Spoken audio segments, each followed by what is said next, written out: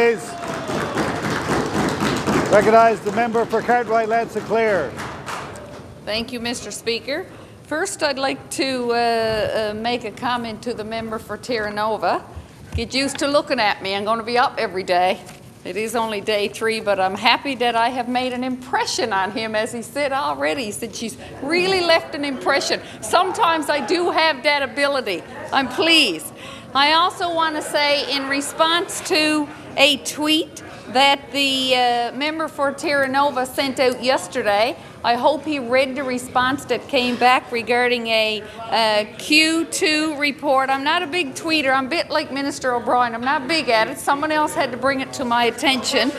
But in the Q2, the member, my apologies,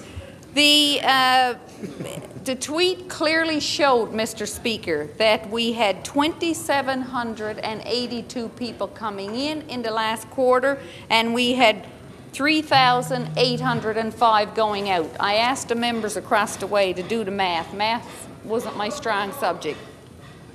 Mr. Speaker, I want to take a few minutes to speak to the motion that was tabled on Monday. The Public Utilities Board in our province was denied the right to a thorough review of the Muskrat Falls project under this Premier and government after they imposed unreasonable conditions on what was nothing more than a pseudo-review of the biggest multi-billion-dollar investment in our history. Mr. Speaker, the chair of the PUB himself indicated that there was no way a proper review could be completed under such stringent conditions. In fact, the PUB couldn't deliver a proper ruling on the same project as they were under such a tight timeline, and they couldn't gain access to the same resources as Nalcor and government. Mr. Speaker, the UARB in Nova Scotia was given an opportunity that our own PUB never had. The UARB took sufficient time to review the maritime link and aspects of the Muskrat Falls project to determine what benefits would be in it for the people of Nova Scotia, a luxury the Public Utilities Board in our own province was denied by this government. The UARB made its recommendations in order to protect the best interest of the people of Nova Scotia. I wish we had the foresight to follow suit. Mr. Speaker, we have heard repeatedly that this government has no respect for the PUB. In fact, it was only last year in this very House that the former Minister of Natural Resources said he had no confidence in the PUB to do their work.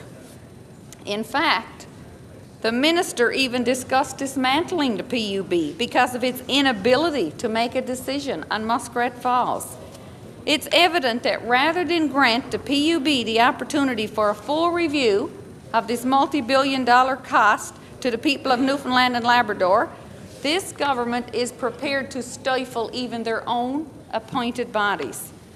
Mr. Speaker, every day the Premier and her ministers stand up and tout the lowest cost option and benefits of the Muskrat Falls project. But there are people in my district questioning when they will benefit from this project. And I can tell you now that the reality of where I come from is an awful lot different than what the member for Terranova is referencing. We have businesses paying very, very high commercial. Order, please. Where is the lower benefits that were promised in the Northern Strategic Plan? Our small business, we are not able to have any expansion, any growth, any startup, and now we're looking at a proposed 25% increase on our hydro rates, and that's what we call benefits. Massive towers are going to go across our land, our buried grounds, float plane bases that have been operating for 40 years, Mr. Speaker, and we're supposed to accept that as benefits. And any jobs that are created, which I might add, the greatest majority of them is definitely outside Labrador, and I know what I'm talking about, Mr. Speaker, because I worked for 23 years in employment and career counselling, and I know about the people that were looking for jobs, and I had just enough people on the inside to tell me what was happening. And when my desk was this high with resumes, they were flying them in from the Maritimes and the island and Ontario. And it happened repeatedly, Mr. Speaker. And I also want to tell you that since I became elected, my constituency office have become an employment office for those that are looking. Because you know what, Mr. Speaker? They have nowhere to go with a resume to look for labour market information, to find out where the jobs are. Why? Because this government cut all of the EAS offices around the province, and that included 5 for my district. So they don't know who they put their resume in. So my constituency office have become an employment office, and it's taken time that I need to be serving seniors and other important people in the area. Diesel generators. Mr. Speaker, that's what we've got in Cartwright-L'Anse, Clair. While this government talks about clean energy and the importance of that, spewing toxins out into the air, but there is no mention of that. So yes, I would love to sit and chat with any of the members across the way and talk about the benefits that we're getting from this project. It's only too clear that the Labradorians that were promised the jobs are few and far between. Mr. Speaker, we tried. When I was still in EAS this spring and there was a website set up, jobs at muskratfalls.com, I said to my staff, let's go out into the district. Let's have public meetings in every town. Let's show people what they need to do to get their resume online, to have a chance at the job. We did all that. We signed up several hundred people, Mr. Speaker, and 7 got jobs out of several hundred people that we signed up. And we didn't get a chance to do any more follow-up, Mr. Speaker, because we were all asked to close our doors the end of June. Mr. Speaker, I have spent years working on behalf of Labradorians to help them ensure that they get on the road to viable career options. And it is very, very disappointing when you have a project of this magnitude and we are not the primary beneficiaries. My colleague next to me, Mr. Speaker, when you go on the website, there is a rating, Innu first and Labradorians next. I knew we weren't next. I knew my reality. Yesterday I sat next to my colleague as he received many, many calls from Innu that are trying to get in there and they weren't getting in. So we do have the facts. We have the stats. We can produce it, Mr. Speaker.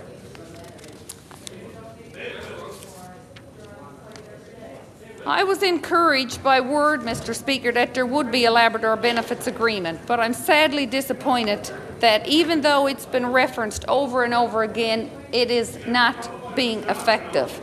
So I ask again, I have to ask again today here, where are the benefits for the people of Labrador? Yes, there's a few businesses that's making a buck. And also, Mr. Speaker, I've heard from many, many, many small businesses that are wondering how they're going to afford to pay the workers once they come back and they expect $50 an hour when the businesses cannot afford that. That's some of the problems that we're going to have to face down the road, Mr. Speaker, as a result of all this. Because, yes, they're paying very good jobs in Muskrat Falls. We know all about it, Mr. Speaker. We haven't got no nurses down in the hospital in Goose Bay to do the job because they've gone for more lucrative paying ones. Where are the promised jobs for the Aboriginals, for the tradespeople in Labrador? Why is Labrador losing out once again on yet another multi-billion-dollar industrial project while government continues to talk about how wonderful it is? Tradespeople, Mr. Speaker, struggling to get in there. The Conference Board of Canada is giving us stats that by 2020 we will have skilled trade shortages in our country, in our province of 70,000, and yet we have skilled tradespeople all around us that are not able to get a look in at places like Muskrat Falls.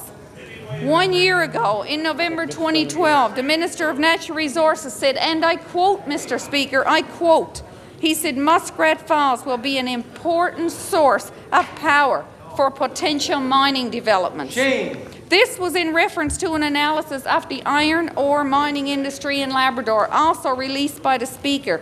In fact, the same report states that the development of such large industrial projects will be dependent on the availability of power. and that Muskrat Falls power is needed to support mining developments in Labrador. Mr. Speaker, how things change in just a year, how they change. Here we are, a year later, and we have learned from this government that they have promised away excess power to Emera in Nova Scotia. Mr. Speaker, earlier I referenced a decision by the UARB in Nova Scotia to request lower rates for excess power from Muskrat Falls. Order, please. Order, please. Minister of Natural Resources, that a point of order?